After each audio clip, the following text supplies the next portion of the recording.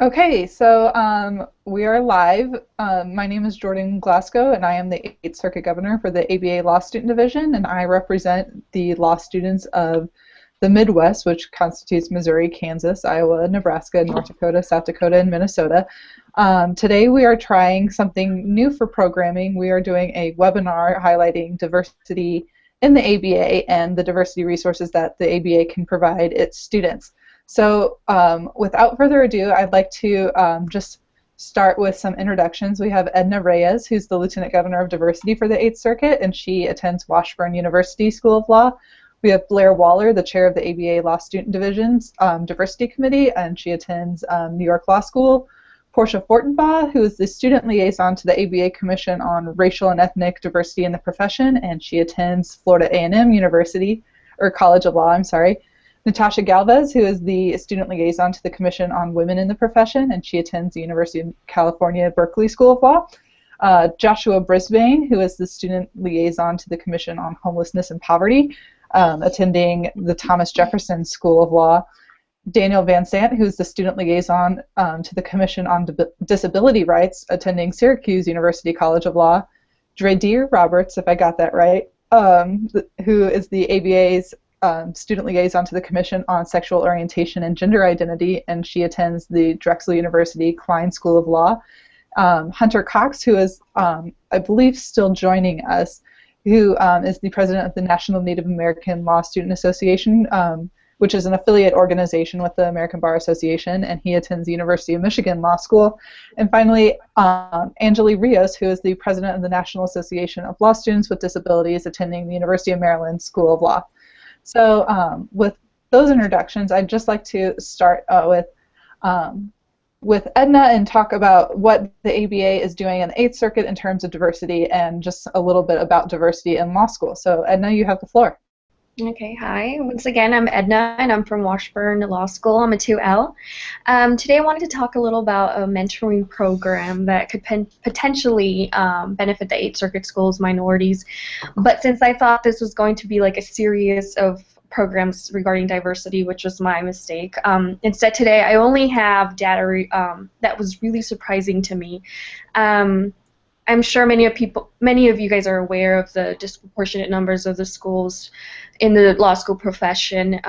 These numbers need to increase for diversity diversify our education here at the law schools. And today, so I'm primarily going to focus on minority regarding race. I know that diversity encompasses more than just race. You know, we have nationality, gender, religion, disability, age. But today I only have numbers regarding race. So I was looking at each institution. Let's see. I wanted to talk to you about the LSAC. Was where I mostly got the ranking. I mean the percentages, and as well I used the U.S. New Mexico News ranking. So I mean for Washburn Law School, there's only 6% Hispanics, and most, I think the most the school that has the most diversity is I think it is 10%, which is Washington University School of Law. I don't know if any of you are from there, but they only have 10% Asian Americans. But I mean, it's just basically an issue that I see everywhere. In my class, I am the only Hispanic. I'm from Mexico, so and I'm really curious to hear about the information and benefits you guys all have that I can put together and then inform everybody else here. So, I mean, basically that's all I have right now. I mean, if you guys have any questions regarding any school, I have all of the data here. Actually, I have a question. You said Washburn University, correct? Yes, ma'am. Okay, one of my constituents is there, Andrew Malone. He is he's a great guy. But my question for you, I guess at the school level, how active is your HALSA there at your school, your Hispanic Americans Law Student Association? Are they effective at meeting those needs and that time to support and conjugate together? It's Hispanic Heritage Month this month. and I have I guess, quite a different experience. My law school is one of only 6 historically Black colleges and universities law schools. So I was just curious about Yeah. what things are like there for you. Honestly, it was really it's really different. So I come from Western New Mexico University, so I'm from New Mexico, and there's a lot of Hispanic organizations there, and we're very active. And coming here, I saw that it's just really hard to get people involved because it's kind of like, oh, well, it's just Hispanic. If I'm not Hispanic, I can't join. And they have that attitude. So we're trying, because I'm the vice president for HALSA, we're trying to educate students here and let them know that it's not really just about like being Hispanic. You don't have to be Hispanic to help minorities grow. It's more about knowing how having minorities in school will benefit your education as well. But it's hard. It actually really is hard here. There's only about 5 of us in the club as of now, so we're struggling to keep the also the BALSA, Black Association, I forgot the whole name, the Asian American one too. We're all struggling, the 3 of us, and they're thinking about like putting them all together, but we feel that that's kind of like gonna, I don't know, in a way not really benefit us. We want to be able to keep them separate but still be part of and join together. But like it's been hard to get more people to join the club and stuff like that. Great. Thanks, Edna. I really appreciate your insights. I'd also want to remind any viewers of our webinar that you can ask questions by posting in the question and answer section, which should appear on the right side of your screen. So feel free to ask us any questions you have there. And so with that, I would like to move on to Blair Waller, who's the chair of the ABA Law Student Division Diversity Committee. And she has some information on Diversity Day and what the Law Student Division in general is doing at the national level for promoting diversity in law school. Great. Hi. So as Jordan said, I'm Blair Weller. I'm the diversity chair for the ABA Law Student Diversity Committee. I'm also a 3L at New York Law School in New York City. So I guess to piggyback off what you guys were saying, I know it's a big struggle. I'm lucky that my law school is very diverse. Jordan actually asked us to kind of maybe mention how we got into our positions, and I'm the second circuit governor, which means I'm the circuit governor that encompasses all of New York. Unlike Jordan, I'm lucky I only have 1 state. But and then at our annual meeting in the spring, we get to pick our committees, and we sit with our committees, and we basically vote on who we want to be the head and the chair of the committees. And I was lucky enough to be chosen as the head of the diversity chair committee, mostly because I created last year a diversity plan with my school, a new diversity plan in our first ever diversity day. And one of the things that our committee is looking to do this year is really push Diversity Day, have maybe an extra couple of events that aren't specifically Diversity Day. By the way, Diversity Day is March 2nd, so there's still some time. And one thing that we were actually thinking about doing is the ABA has a diversity packet with information that's supposed to be provided to schools or is available to schools, to their SBAs, to their administration, their faculty, on different things that the ABA wants to promote surrounding Diversity Day.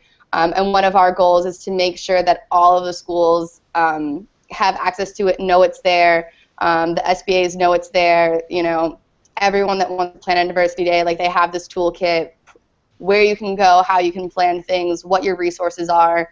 So like that's our big goal right now, and hopefully we'll be getting another a webinar up in the next month or so. We're also going to be encouraging all the circuit governors to have a diversity section in their monthly newsletter, and just, you know, getting the word out there about, like, it's very important, especially depending on the region you're in. There's always different issues you're looking at and where people are underrepresented, and so, yeah. Great. Thank you, Blair.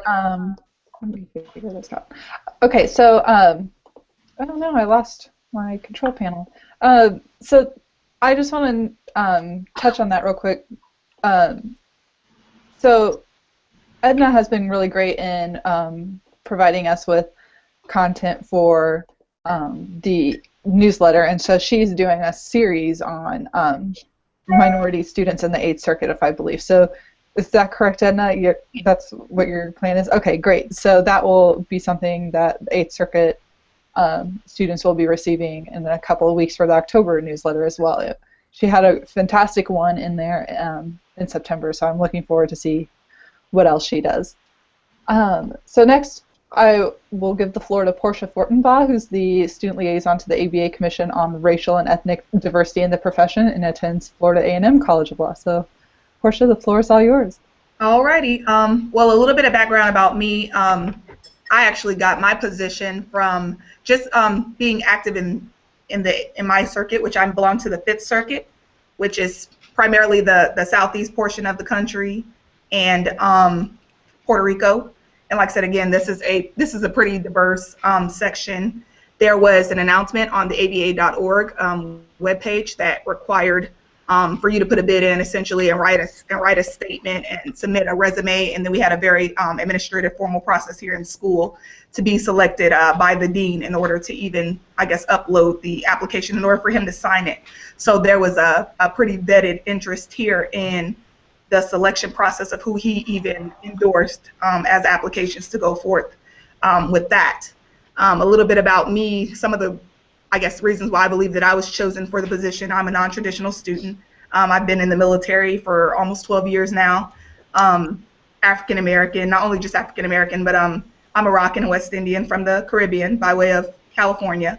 I've lived over the majority of the country, maybe 15 states during my active military time, and just being active here in school. This school, like I said, again, is a historically black college and university, but however, I don't even believe that black students are the majority here. It's about a 60-40 split. There are a couple Pacific Islanders, a handful, maybe like other places in the country, maybe 3 or 4 Asian students, and I'd say about 40% of the school came from Florida State and the University of Florida, just based on location. I'm located in Orlando. But again, as I want to say Edna stated, or just a little bit about my commission in my area. The Commission for Racial and Ethnic Diversity was created in 1986, and it was the first section that dealt with diversity. And with the mission statement for my section is, our mission is to address the lack of racial and ethnic diversity in the legal profession by increasing diversity in all areas of the legal profession. They set forth 11 objectives that they would like to meet, and they're as follows. Number 1, assist minorities in attaining a legal education and administration to the bar. 2, develop career and employment opportunities for minorities. 3, promote the appointment for minorities to the judiciary and judicial clerkships. 4, encourage the hiring of minority lawyers by law firms, corporations, government agencies and departments, and other businesses. 5, increase minority involvement in bar associations around the nation, state and at the local levels, and in minority and specialty bar associations. 6, facilitate interaction between the ABA and minority bar associations and other groups around the country. 7, develop long-term plans and strategies to assist minority lawyers in attaining full and equal participation within the legal profession. 8, monitor the progress of minority lawyers as a whole towards full and equal participation in the legal profession. 9, advocate for the use of the services of minority lawyers and by prospective and current clients, particularly in fields and areas of the law where few minorities practice. 10, educate the legal profession about the importance of racial diversity within the law. And 11, recognize and celebrate the advances made by minority lawyers. Essentially, how my commission, how I feel that through my observation where they've been effective in meeting those standards are the scholarship opportunities. There is a legal opportunity scholarship fund that is offered, as well as the judicial clerkship program is pretty successful. My big thing is really trying to, as a student and as an onlooker, trying to reconcile, you go onto the ABA webpage and all these things are listed versus how does that translate in your circuit, and if there are students within your circuit that you're familiar with that are actually receiving these benefits. Let me see. I don't want to steal anybody's thunder. 'Cause I'm not sure if anybody is a representative of them, but also the Council for Racial, Ethnic, and Diversity in the Educational Pipeline. Their staff director is Sharon Tyndall, and she's been pretty instrumental in this circuit with helping people get some scholarships. A big thing in the scholarship that I've worked towards, as far as the minority students being able to really engage in the sections that actually have the lawyers, I guess kind of comparable to being a part of the Young Lawyers Division, meaning you're under the age of 35 or you're less than 5 years in the practice of law. Often sections, and maybe just has a lot to do with this location because of it being in Orlando and in Disney World, and Epcot is a big location for sections to host annuals and monthly meetings and things of that nature, but just really encouraging members of my circuit and members of this law school to go to the section meetings, because often it's for lawyers to collect their CLEs once you're a lawyer. But when you actually reach out, a lot of these meetings that range anywhere in price from $50 to $500, if you get in touch with some of the chair people or individuals that represent sections, I have been very successful in getting the cost waived for law students. So things that may have a plated dinner, a gala that may have a $300 or $400 plated dinner, I've been given, waivers or vouchers to say send 10 law students, and they will be able to attend at no charge, just on the basis of that diversity outreach. This summer I was at Georgetown in DC, and getting to be there, as you guys know, the ABA headquarters, the one is in DC and there's one in Chicago. Just attending as many meetings as possible, the networking opportunities, because it's from bridging those relationships that you can actually call on people when things occur within your schools, working within your ABA reps, because each ABA accredited law school has an ABA rep. So I try to make sure that I fulfill my job duties, but that I interchange ideas with her as much as possible, because she's one of the voting bodies and the representative of the school. So I urge you all, kind of again back to what Edna was saying, I believe when you're kind of like the face of the school, if you will, you may get a lot of internal information, and making sure that we're sharing the information with other leaders within the school as well. Great. Thank you so much, Portia. That's a lot of great information, and I'm so excited to hear that there are scholarships available and that you've done a lot to help students get into those events, because I think getting into those events is one of the most valuable things that the ABA provides. So Great. Thank you so much. The next person who we have on our list is Natasha Galvez, who is the student liaison to the ABA Commission on Women in the Profession, and she attends the University of California, Berkeley School of Law. So Natasha, the floor is yours. Okay, great. Hi, I'm Natasha. I hope you guys can hear me. My connection's been kind of in and out. So, but anyway, so I basically came about my position as ABA liaison to the Commission on Women in the Profession through, I've been active in the Bolt Hall Women's Association here at Berkeley.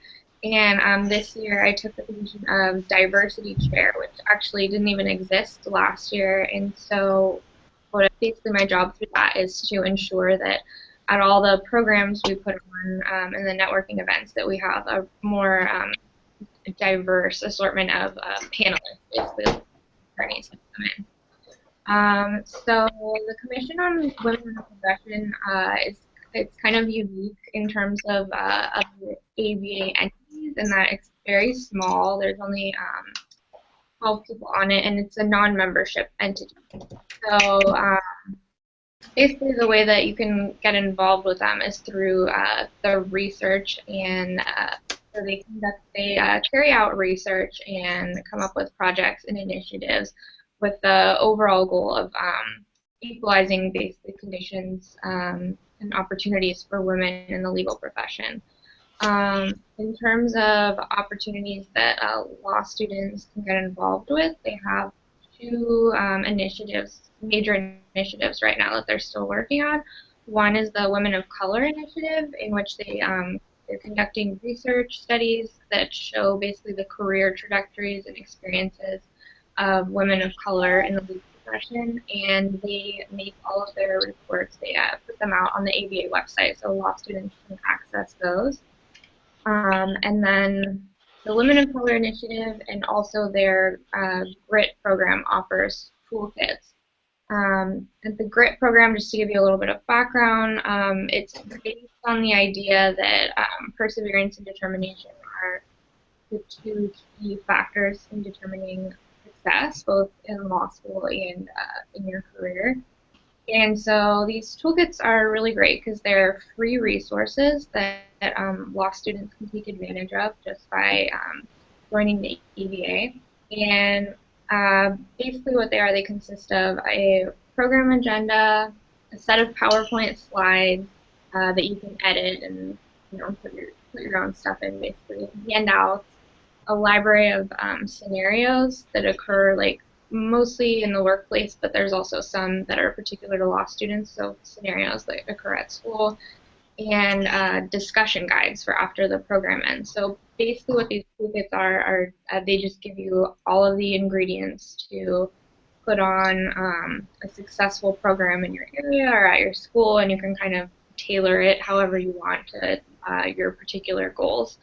And the GRIT program has actually teamed up with Ms. JD, which is another organization dedicated to the success of women law students and women attorneys. And GRIT, in conjunction with Ms. JD, has actually come up with a few scenarios that are particular just to law students. Right now, I think there's only about 5, but this is another great way that law students can get involved through Ms. JD to help improve the GRIT program. And also Linnea Carlick, who is our programming specialist, has asked that any law students who use these toolkits and put on programs get in touch with her afterwards to provide feedback, because that's also a really helpful way that we can continue expanding and improving the toolkit. And then lastly, so the commission doesn't actually put together any in-person events that law students can attend, but they do host webinars a couple times a year. You can find those on the ABA website on the Commission on Women in the Professions section. And they do have a fee, but students receive a discounted price.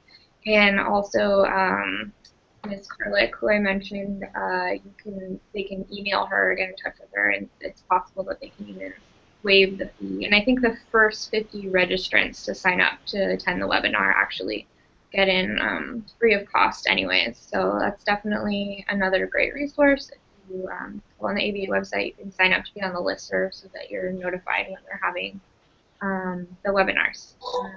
That's basically all I have to say about that for now, unless there's anything else that you wanted to know about. Great.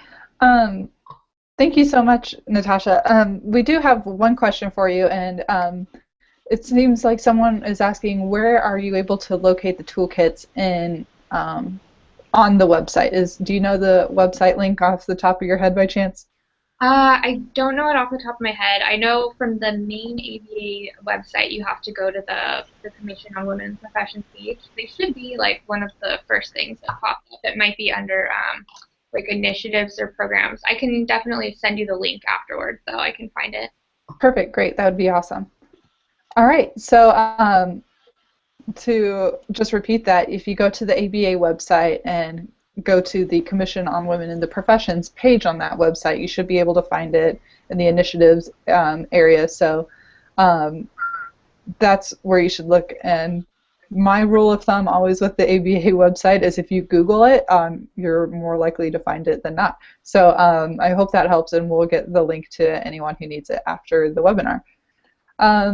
So next on my list is Joshua Brisbane, who attends the Thomas Jefferson School of Law and is the student liaison to the ABA Commission on Homelessness and Poverty. So Joshua, you have the floor. Thank you, Jordan. As Jordan was saying, my name is Joshua. I'm a 3L, excuse me. And with the ABA's Commission on Homelessness and Poverty, their mission is to educate the bar and the public about homelessness and poverty and ways in which the legal community and advocates can assist those in need. And specifically, they target various manifestations of poverty.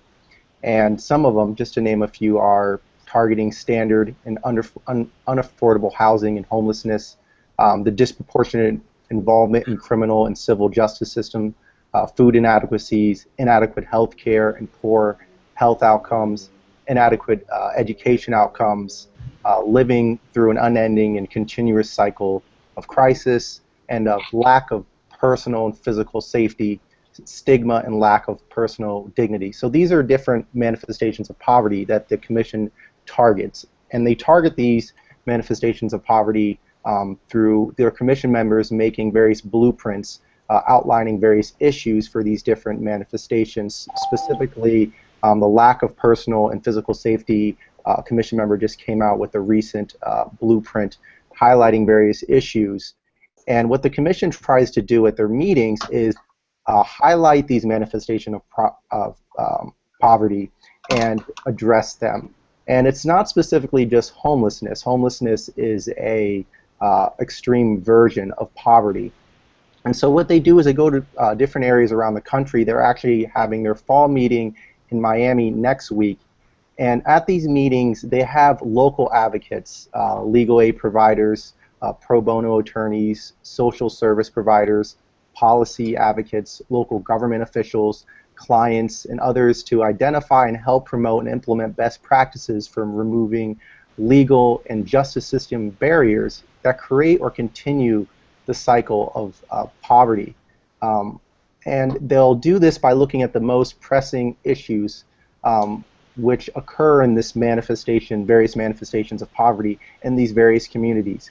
And the legal community wants to assist and get cross-disciplinary based identifiable intersections between one or more manifestations of poverty. So we want to get as many stakeholders in a community where we're having a meeting to address as many issues as possible, because there's various causes to homelessness and poverty. And so in essence, how can lawyers get involved in the advocacy of efforts aimed at systematic change? And that's really what the meeting focuses on, in addition to trying to bring all these different stakeholders together. And how can law students get involved? It's really dependent on where they're having meetings. I am in San Diego, and the first meeting of the year in February is going to be in San Diego. One of our professors who knew a commission member reached out to all the local law schools and asked if there was anyone interested in volunteering their time. And my school is in the heart of San Diego. I ride my bike every day to class, and there's a shelter right near my school. And instead of constantly seeing homelessness and poverty, I wanted to be involved in some type of solution. So that's how I personally got involved. I know that our chairman is really eager to have a meeting in a more rural community. And I know that 8th Circuit has many cities and different communities that are more rural. So I'd be interested to hear if anyone has any suggestions. Our chair is very open to having and targeting a community that is rural. In addition to those various manifestations of poverty, we do have initiatives as well, initiatives involving targeting homelessness and poverty with youth and veterans. And homelessness with veterans in San Diego is specifically a big issue that we're targeting. So I would encourage students to check out the ABA's website and the Commission on Homelessness and Poverty to see where they're having events. And if they're having an event in your community or in your state, reach out to various stakeholders. Specifically, what I do is I call tons of people in San Diego that work within the community, work in fields that touch and concern poverty and homelessness, and just ask them, how can we help? The commission is coming. So I would be eager to hear from some of the students where they would recommend in the 8th Circuit where they see some issues concerning homelessness and poverty as well.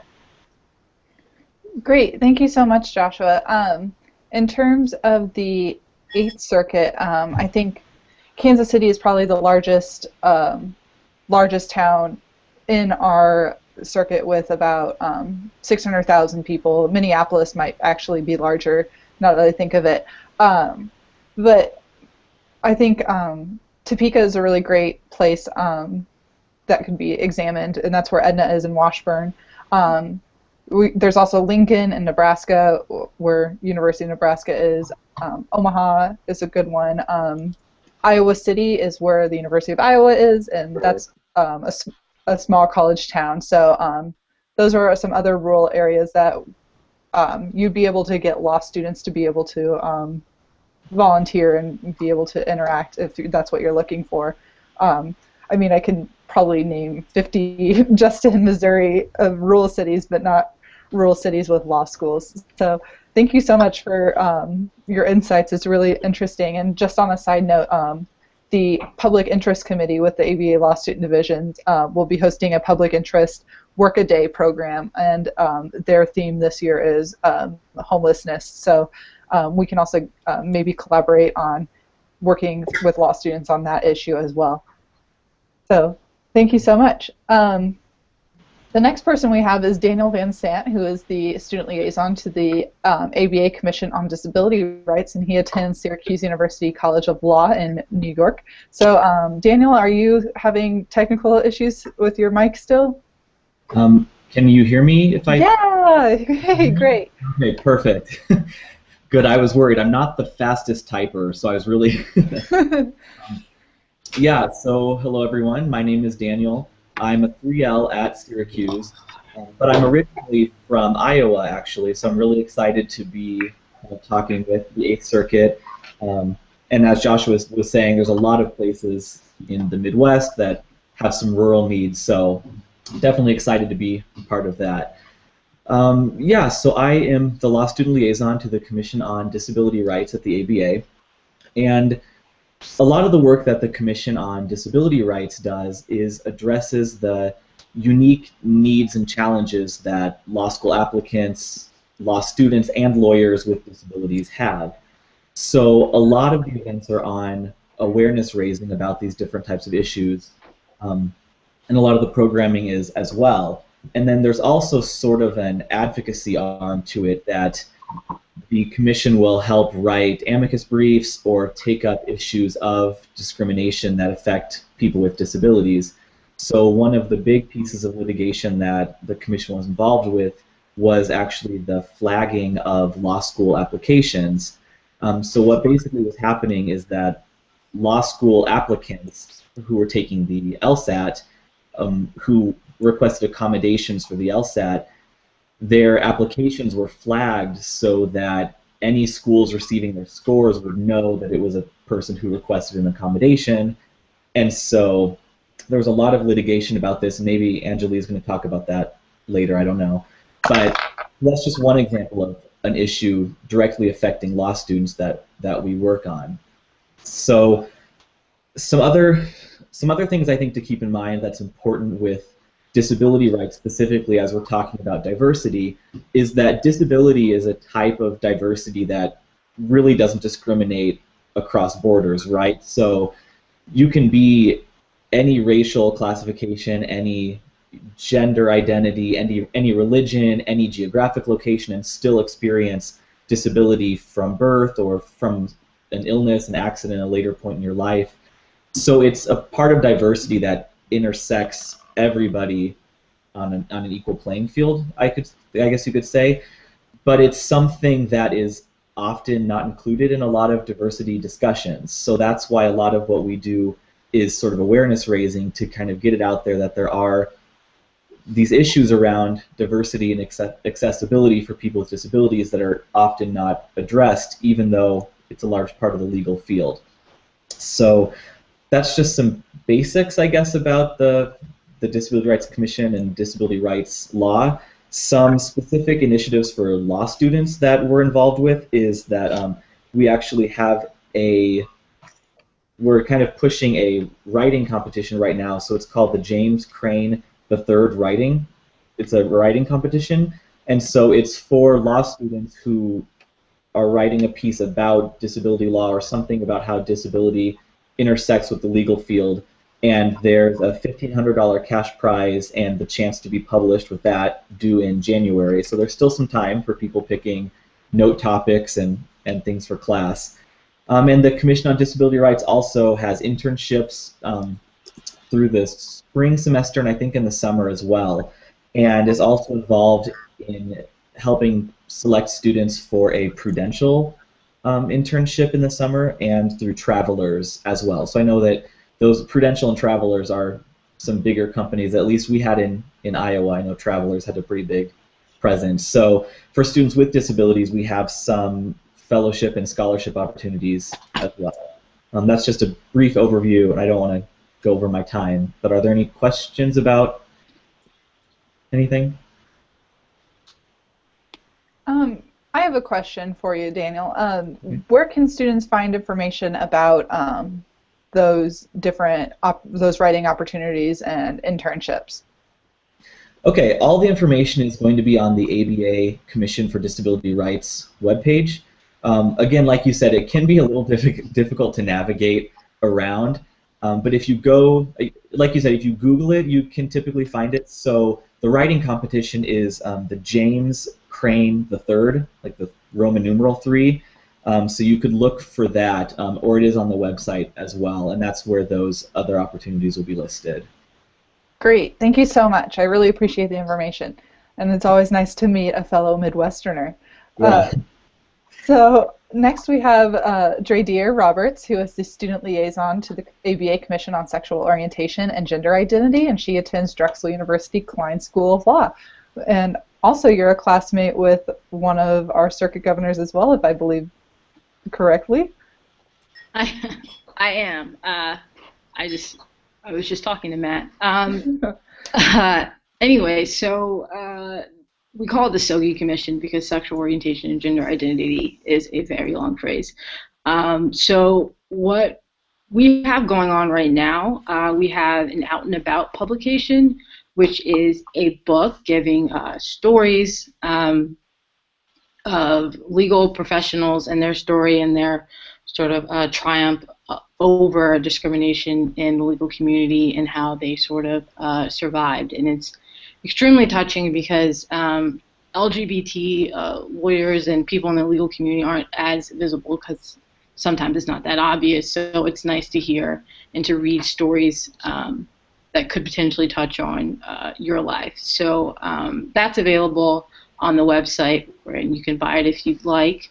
The ABA is, the SOGI Commission is also trying to put LGBT into the model rules for lawyers on anti-discrimination policy. That's one thing we're working on.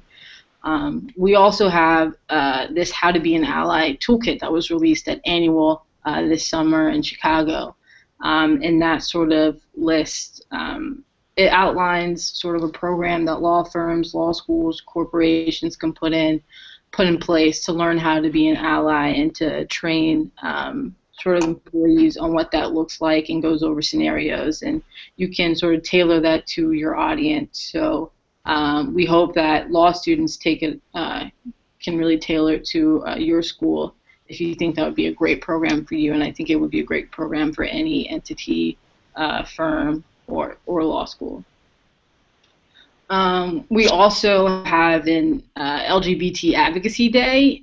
This past May, we went to Washington and sort of lobbied there. We haven't had a date yet, but it will probably be between April and May. And that one, we invited a lot of law students to come down and to help advocate, and so you can definitely be a part in that way. So the date is TBA, but you can check the website, and we'll definitely keep you updated on that. Another thing we're working on is anti-bullying.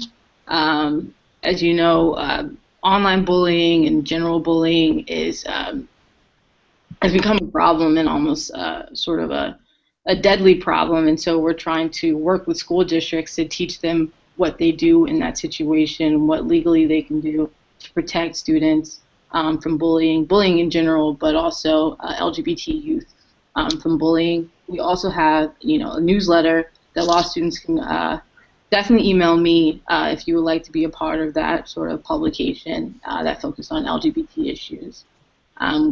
We also have the Stonewall Awards that sort of recognizes leaders in the LGBT community that advocate for LGBT rights. So one of the things that law students can do to get involved is to join one of our committees or just join the commission in general. I know that's how I came to this position. I really got involved in the SOGI commission. That's how I became a law student liaison. So there's an advocacy committee, so that does advocacy day, model rules, that sort of thing. And there's education and training, which is more like the toolkit on how to get how to apply that toolkit to your firm or corporation or law school. We have a best practices guide, and we're also working on transgender detainment issues. And so what law students, if you were interested in that sort of area of the law, you can definitely help the commission provide research. And I know our commission is very open to working with students and giving students a lot of sort of research work and research experience and writing experience, and they're definitely they love using law students in teaching. So if you would like to get involved in any way, you can go on the ABA website and Google, I guess, and look under the SOGI Commission, and all of these things are available. And you can contact me at dlr73@drexel.edu, and I'll be happy to guide you to whatever program that I just mentioned.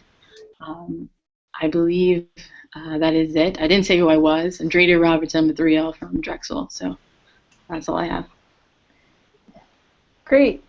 Thank you so much, Drader. It's so exciting to hear that I'm in PR right now, and so it's very exciting to hear that that something we just went over is potentially being revised to include LGBT individuals. I think that's like, I can't remember the rule off the top of my head. That's probably not good for the NPRE, but I definitely think that's something that needs to be added, and I'm very excited to see that the ABA is working on that. So thank you so much. The next person we have scheduled to present is Hunter Cox, who is one of our affiliate organization's president. He is the president of the National Native American Law Student Association, and he attends the University of Michigan Law School. The affiliate organizations are separate from the ABA, but they have seats within the ABA Board of Governors, or ABA Law Student Division Board of Governors, and they we can work together and collaborate. So I'm very excited to have him present. So Hunter, you're up. Bonjour. My name is Hunter Cox. I'm Prairie Band Potawatomi, citizen of the Prairie Band Potawatomi Nation. I'm current president of the National Native American Law Students Association. Thank you so much for inviting us to this presentation. I've learned quite a bit. Our organization hasn't been quite as involved with the ABA. We're very involved with the Federal Bar Association. Every year they have an annual meeting. If anybody knows anything about Indian law, it's more of a federal issue, and so it kind of falls more under that. So we're very active with that, but we also work with the National Native American Bar Association, another affiliate organization with the ABA. And so through that, we do quite a bit of work, and we're looking to be more involved and find more opportunities, and hopefully this will kind of lead to some more cross-pollination between all of our organizations. National NALSA, we were founded in 1970. Kind of the main thing we do is we put on a moot court. It's going to be this year at MSU in early March 5th and 6th. We also have a writing competition. Columbia Law School is hosting it this year. That usually we collect the briefs around, or the essays and submissions around mid-June or mid-January. And then the Federal Bar Association has an Indian Law Conference annually. And it's at, outside of Phoenix in Scottsdale, Arizona. And it'll be in early April. I think it's probably April 9th and 10th. And so that's our annual meeting. So that's our big kind of event for all our membership to come.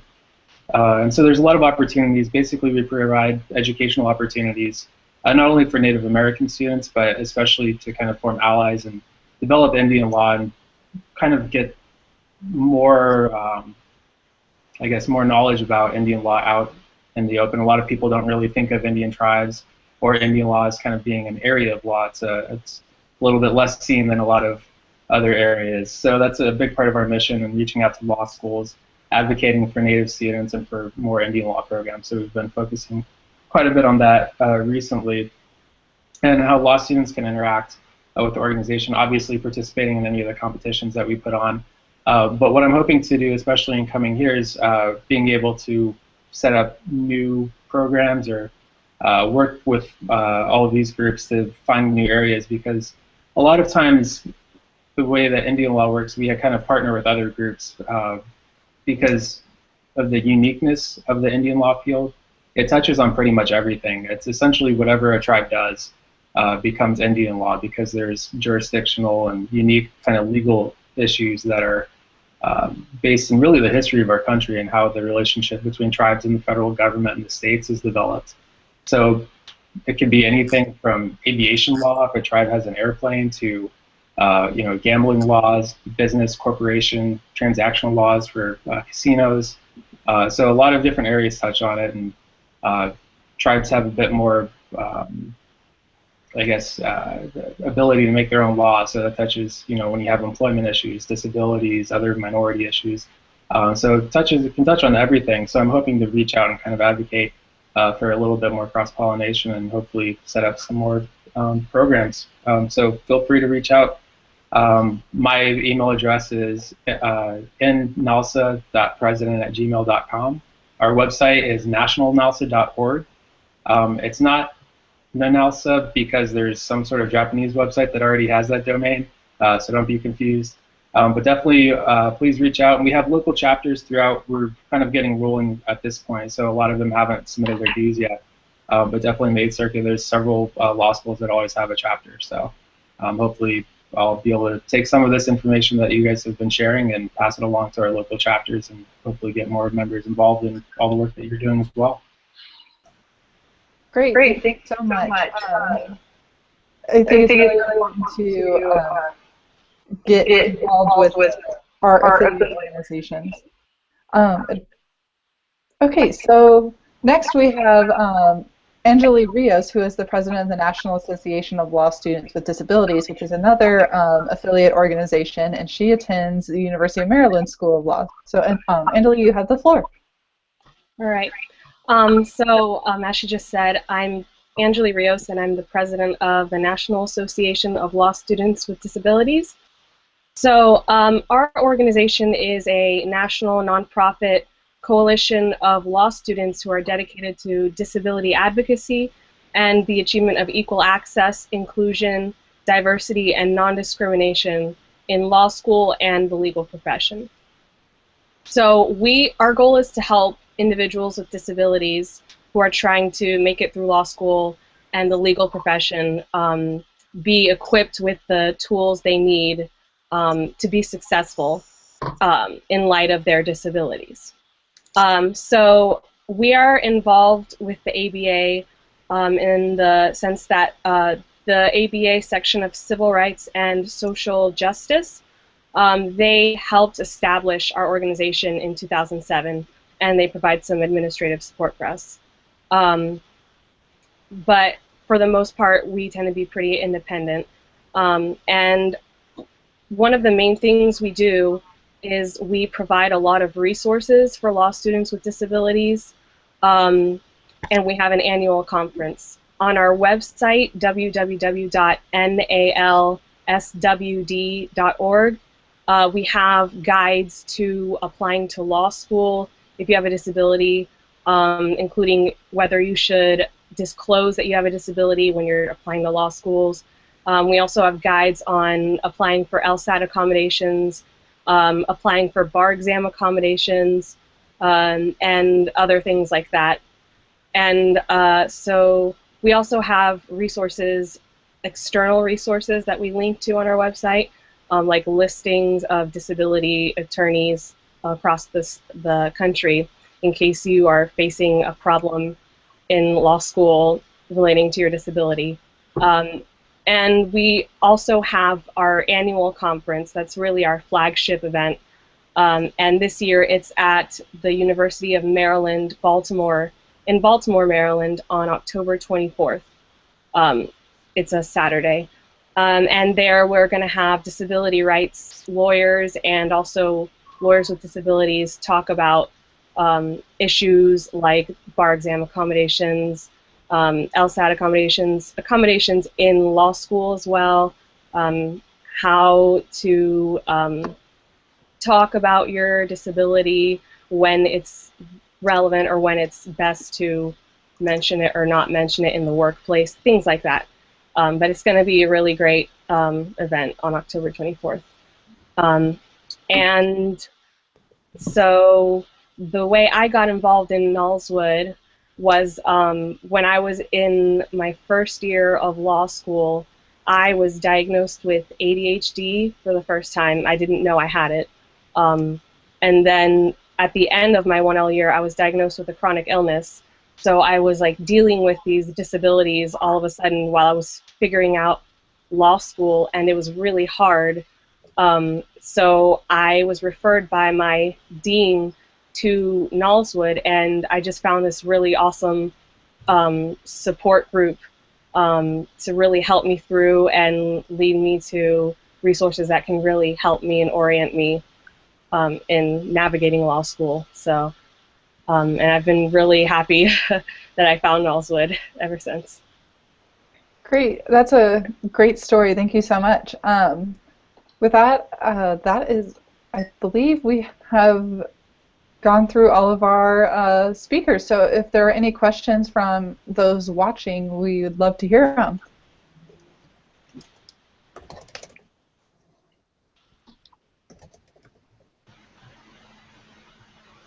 Any questions at all? You guys are just so informative. You've answered everyone's questions, it looks like.